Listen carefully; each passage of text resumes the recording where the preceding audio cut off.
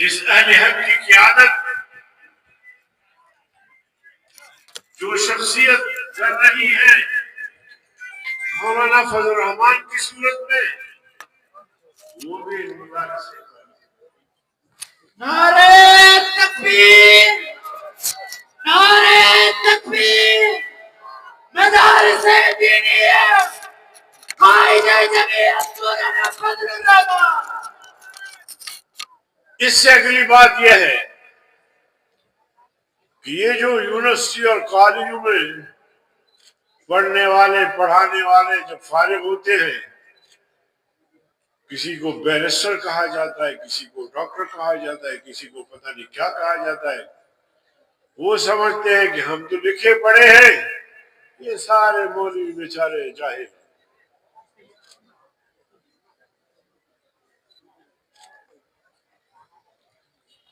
لیکن ہم نے ان کے علم کا بھی جائزہ لیا کہ ان کے پاس جو علم ہے وہ علم تو ان کو کرپشن سے نہیں روک سکا، وہ علم تو ان کو رشوت سے نہیں روک سکا، وہ علم تو ان کو خیانت سے نہیں روک سکا، وہ علم ان کو قتل و غارت گری سے نہیں روک سکا۔ اور ہم بھی سیاست میں ہیں، ہم بھی اس میدان میں ہیں۔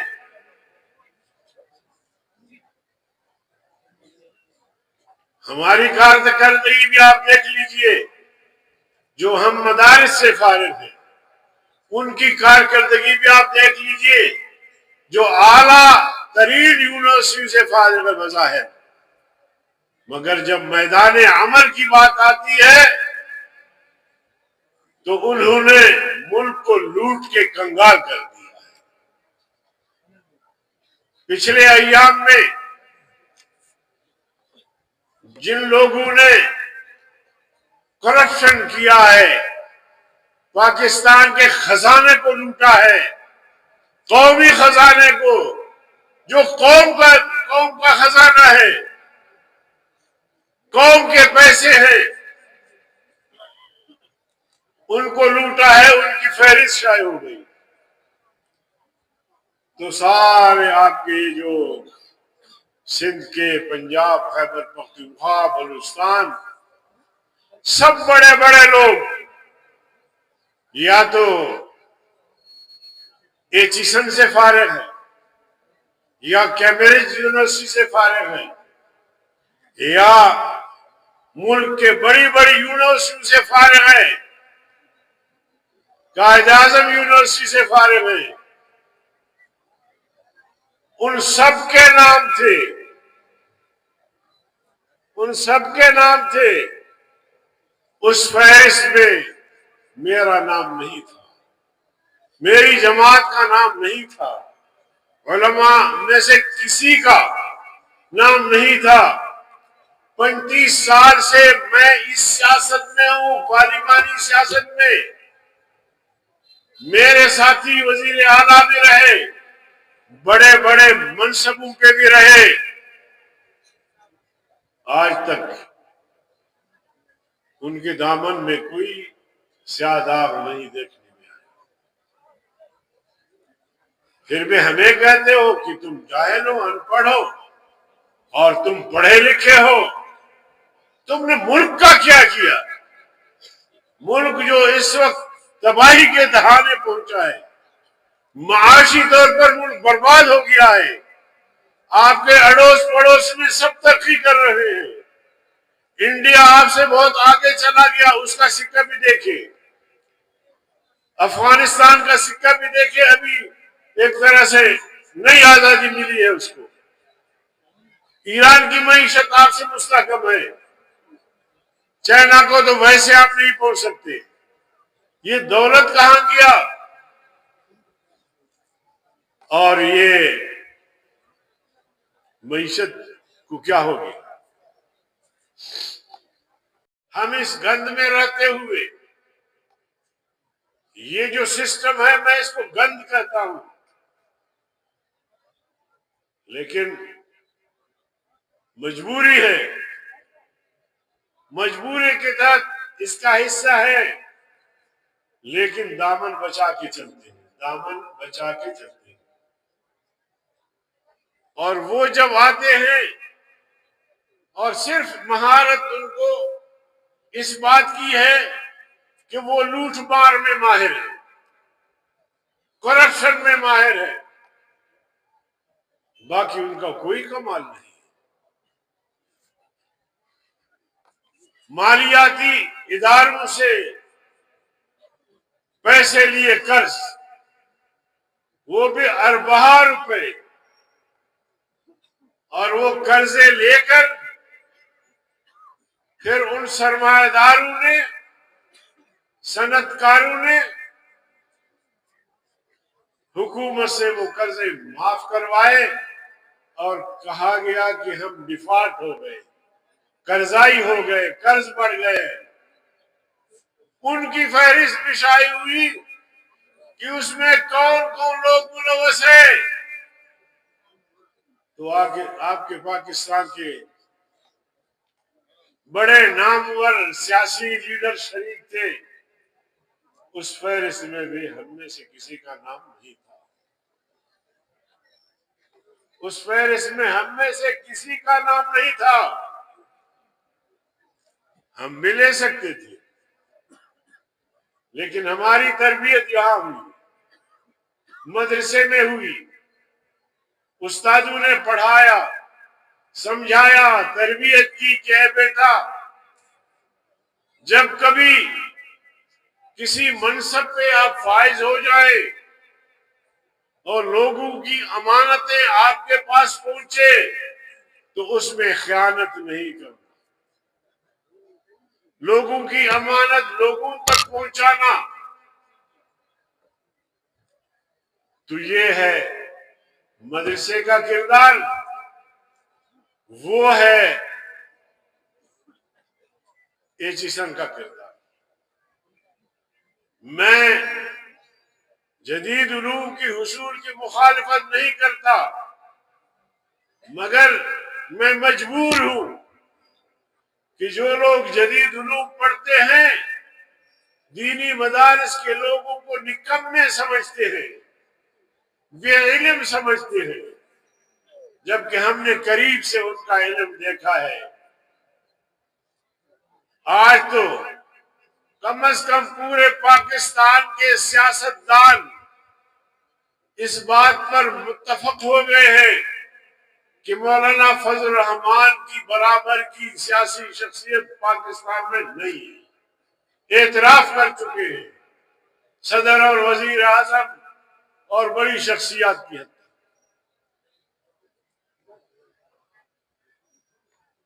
نعرہ تکبیر، قائد جمعیت مولانا فضل الرحمان۔ نعرے پہ پابندی ہے بھائی، کوئی سن نہ لے۔ میرے عزیز دوستو، بعض لوگ نعرے لگواتے ہیں، پھر آپ بھی شور کرتے ہیں۔ میں بولتا ہوں نعرے سے مجھے کوئی دلچسپی نہیں ہے، تو آپ بھی خاموش رہتے ہیں، اچھی بات ہے۔ میں آپ کو مواد دینا چاہتا ہوں، علماء کرام تشریف فرما ہے، ان کو بھی بتانا چاہتا ہوں کہ یہ کردار جو آپ نے پارلیمنٹ میں بھیجا ہے، ان کا پارلیمانی کردار کیا ہے۔ پاکستان بنا 26 سال بغیر آئین کے چلتا رہا۔ ایسے نکمے لوگ، ایسے جاہل ٹائپ کے لوگ ملک پر مسلط ہوئے، وہ نعرہ بھی بھلا دیا، پاکستان کا مطلب کیا؟ بڑی پابندی ہے، نہیں بولنا۔ پاکستان کا مطلب کیا؟ پاکستان کا مطلب کیا؟ بس کو بڑا خاموش۔ نعرہ بھی پھنسی کچھ ڈال ہو گیا۔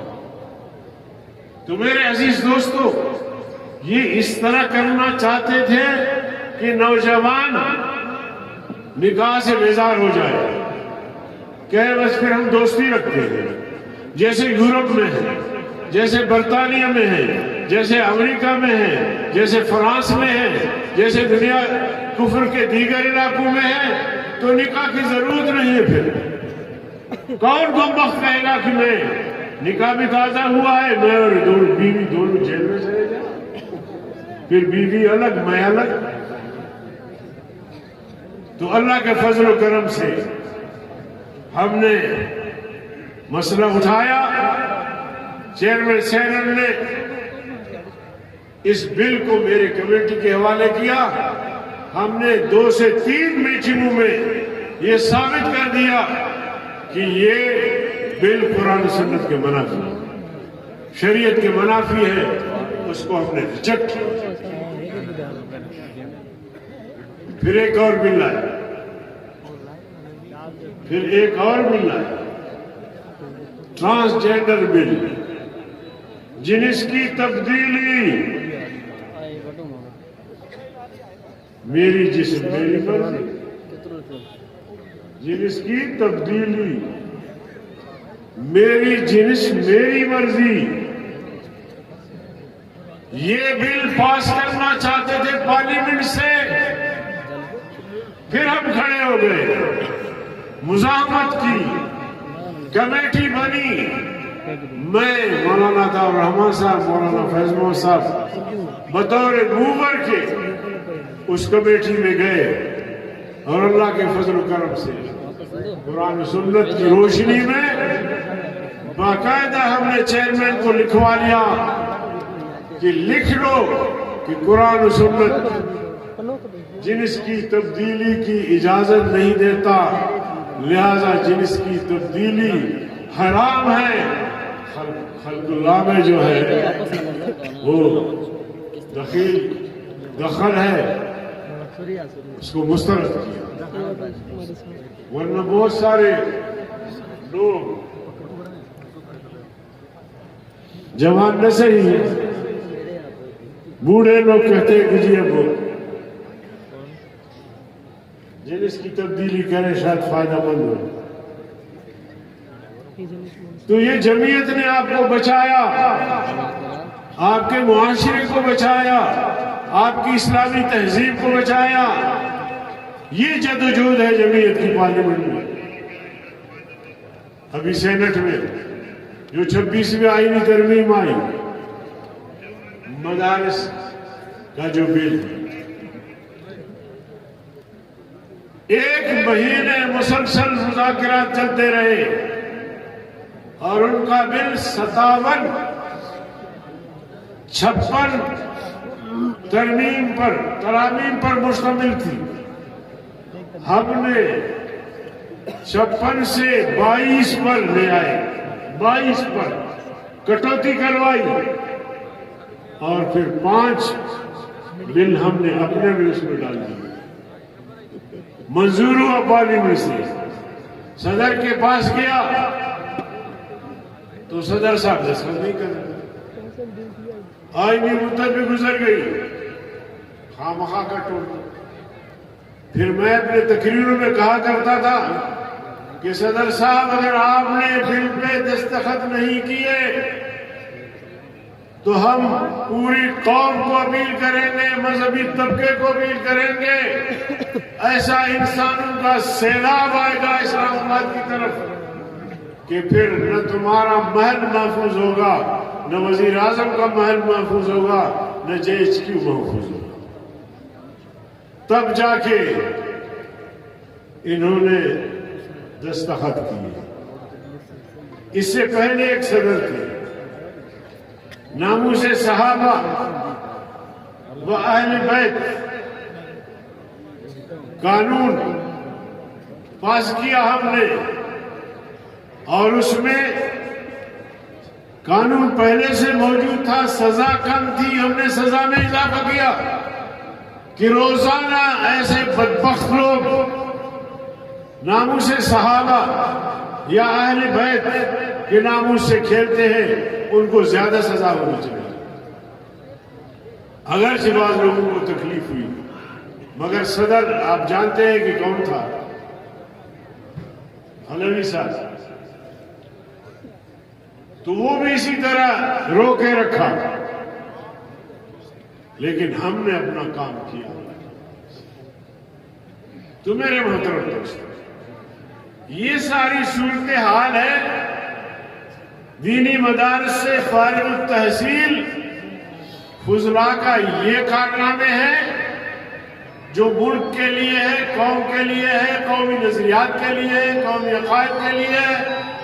اور عصری اداروں سے جو فضلاء ہے ان کا کردار بھی میں نے آپ کے سامنے. اب آتے ہیں کہ جی جمہوریت، شفاف الیکشن. ہم نے تو اپنی زندگی میں نہ صحیح جمہوریت دیکھی نہ شفاف الیکشن دیکھی. الیکشن ہوتے ہیں، ہر کوئی ورک کر رہا ہوتا ہے، ہر کوئی اپنے کام سے مطمئن ہوتا ہے. میں دیکھ رہا ہوں کہ میں جیت رہا ہوں، میری جگہ پہ کسی نتو خیل کا اعلان کرتے ہیں تو وہ جیت گئے. اس دفعہ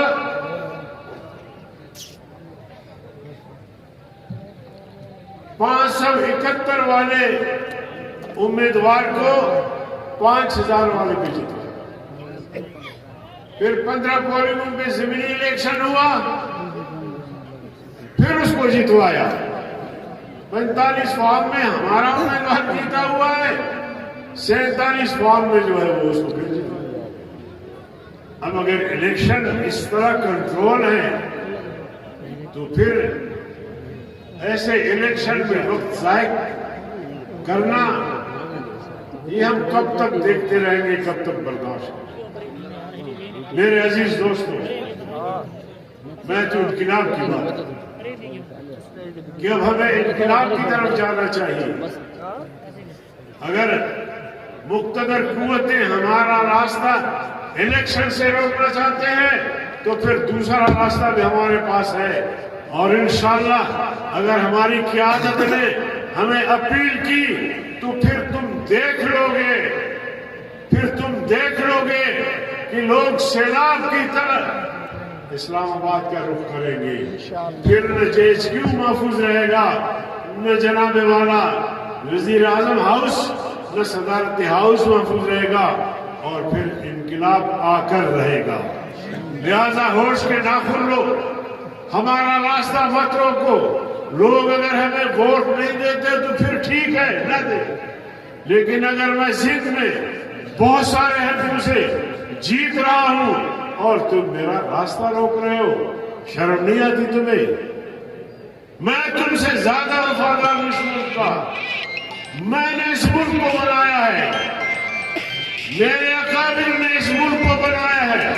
مولانا شبیر احمد عثمانی، ظفر احمد عثمانی جو دیوبند سے فارغ تھے، اگر یہ جناح صاحب کے ساتھ نہ ہوتے یہ ملک بنتا ہی نہیں، بن ہی نہیں سکتا تھا. مجھے کہتے ہو کہ میں وفادار نہیں ہوں؟ تمہاری باپ کی ہے یہ ریاست، ریاست ہماری ہے، ہم نے بنایا ہے.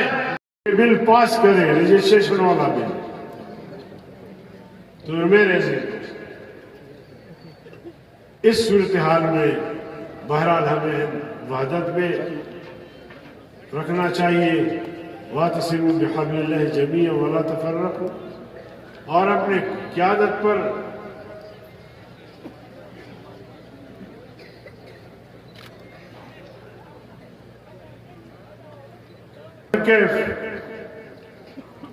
اب یہ مدارس رہیں گے انشاءاللہ. کسی کی باب میں مجال نہیں ہے کہ مدارس کو نقصان پہنچا سکے. البتہ اپنے آپ کو ذلیل کریں گے، خوار کریں گے، ہر جلسے میں ہم ان کو گالیاں دیں گے، یہ ان کی نصیب میں ہوگی. لیکن ادارے انشاءاللہ چلتے رہیں گے.